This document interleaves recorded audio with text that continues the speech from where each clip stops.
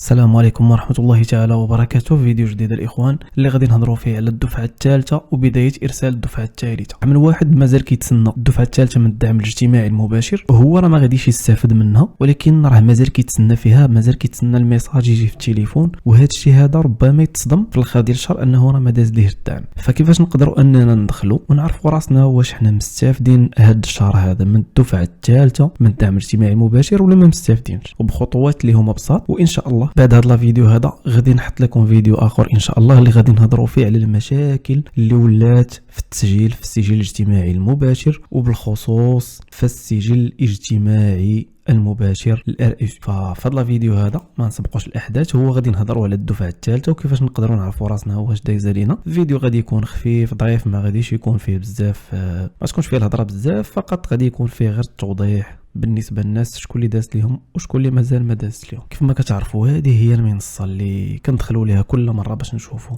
واش تقبلنا ولا ما تقبلناش. كندخلوا هنايا، كندخلوا لهذا الفضاء الخاص وكندخلوا لهنا وتنعمروا المعلومات ديالنا. من بعد كندخلوا المبالغ المدفوعه، هادو بالنسبه للناس اللي ديجا كانوا تقبلوا، بالنسبه للناس اللي دافعين قبل من شهر جوج، بما انهم دفعوا اما في شهر واحد اما في شهر 12 ومازال كان الملف ديالهم ما تقبلش، ولا الملف ديالهم كانوا قبول ومازال باقيين يعرفوا الدفعه الثالثه واش داز. فكنمشيو دائما كيف ما اشرنا في الفيديو اللي كان قبل ديال الدفعه الثانيه، كندخلوا المبالغ المدفوعه وتلقاو هنايا دايزه الاخوان. كيف ما كتشوفوا هي هذه الدفعه، ها هي ديال شهر جوج دايزه فيها 500 درهم. اي واحد خصو يدخل، شاف هذا الفيديو هذا خصو يدخل ويدير هاد القضيه هذه، يدخل السيت ويشوف راسو واش انه تقبل، واش دازت ليه الدفعه الثالثه ولا ما دازتش. فضروري ما انكم الاخوان ديروا السويفي، ما تبقاوش صافي تقولوا اننا تقبلنا المره الاولى لا راه صافي كل شهر تبقى دوز عاديه نورمال. لا، ديروا السويفي وشوفوا راسكم واش انه دازت لكم بحالكم بحال الناس ولا ما دازتش، باش لا كانت شي حاجه ديروا ريكلاماسيون وتصلوا بهم وتعرفوا راسكم فين عندكم المشكل. فهادشي اللي كاين الاخوان في هذا الفيديو هذا. وان شاء الله